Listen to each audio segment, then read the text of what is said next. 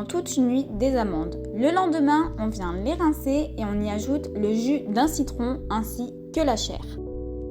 On verse le tout dans le bol d'un blender. On vient ensuite y ajouter un bouchon de vinaigre de cidre et de l'eau, la quantité à peu près jusqu'à ce que les amandes soient toutes recouvertes.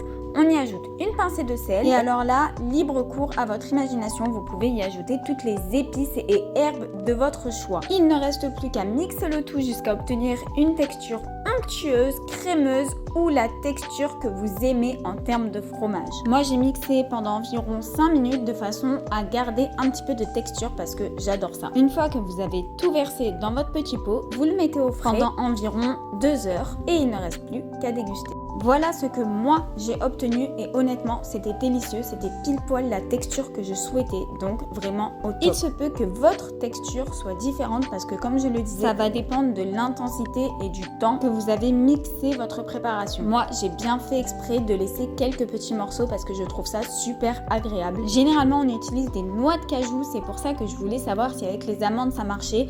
Effectivement ça marche, le goût est légèrement différent puisque l'amande a un goût un peu plus prononcé. Mais franchement, moi, j'adore. Maintenant, avec cette recette de base, à vous de la pimper avec les épices et les arômes de votre choix. N'hésite pas à me faire un retour et moi, je te dis à la semaine prochaine pour une nouvelle vidéo.